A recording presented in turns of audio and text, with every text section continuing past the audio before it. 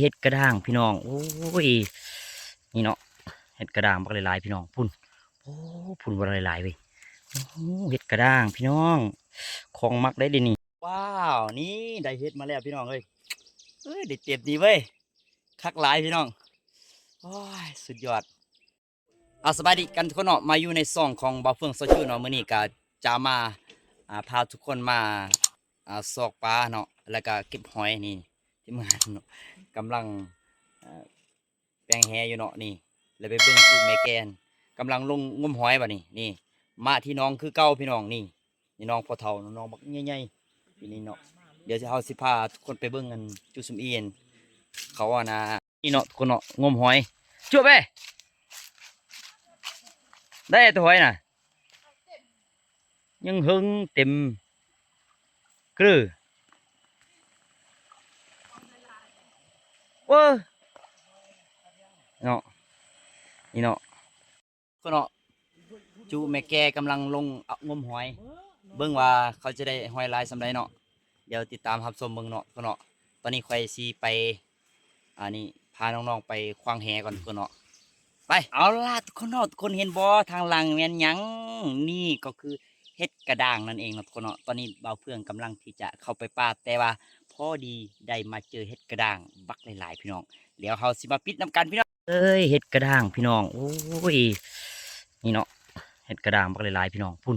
โอ้พุ่นบักหลายๆเว้ยโอ้เห็ดกระด้างพี่น้องของมักได้ดินี่มีไผหู้จักเห็ดกระด้างแน่พี่น้องนี่โอ้นี่เนาะพี่น้องสุดยอดเลยอาหารจากธรรมศาสตร์โอ้โหได้หลายอยู่ดิโอ้โอ้นี่เนาะพี่น้อง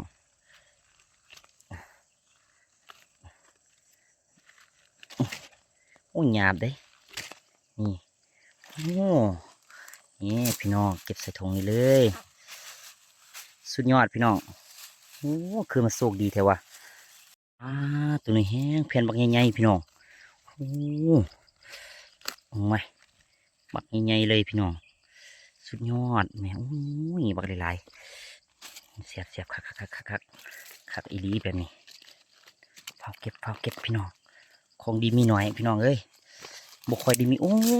นี่มีฮิตสนุนพร้อมหลายคนนี่เขาจะแบบเอิ้นเห็ดหูหนูแต่หูหนูนี่มันจะน้อยกว่าเนาะคุณเนาะแต่ตัวนี้นี่ใส่เอาไงภาษาบ้านคอยเอิ้นเห็ดสนุนเด้อนี่เนาะเอา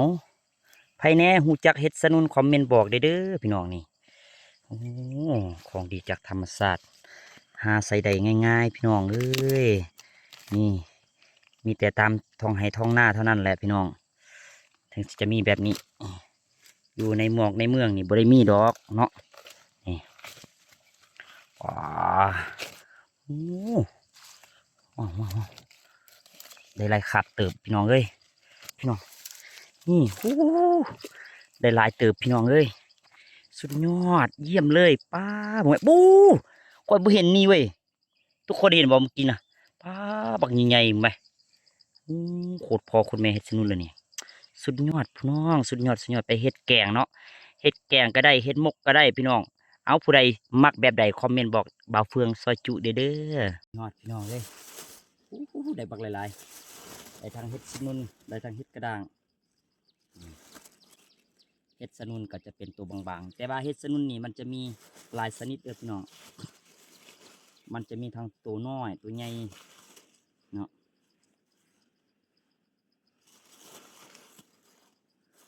เต็มโอ้เบียงนี้บักใหญ่ๆทุกคนเนาะสุดยอดเฮ้ยดีใจแห้งนี่โอ้ยบุญญาดอกแรงมีอันกินแล้วพี่น้องเลยว้าวนี่ได้เฮ็ดมาแล้วพี่น้องเลยเฮ้ยได้เต็มดีเว้ยคักหลายพี่น้องโอ้ยสุดยอดอากาศสุดยอดอากาศร้อนแห้งพี่น้องเยี่ยมไปกลับบ้านกันพี่น้องเดี๋ยวเขาสิไปเฮ็ดกินเนาะไปมักแบบใดคอมเมนต์บอกบ่าวเพื่อนซอยจุได้เลยเนาะบ๊ายบายเอาตอนนี้เฮากะสิมาควางแหเด้อพี่น้องนี่ดังแหเนาะนี่ควางแหพี่น้องเบิ่งว่ามื้อนี้สิได้ปลาบ่ปื้อ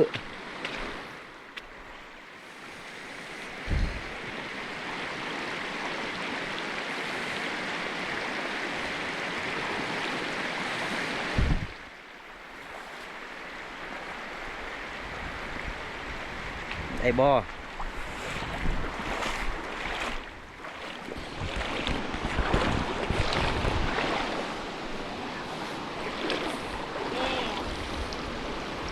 เปิดสักตัวเขาแองเรื่องอันก่อนก็มีปลาบูปลาพัน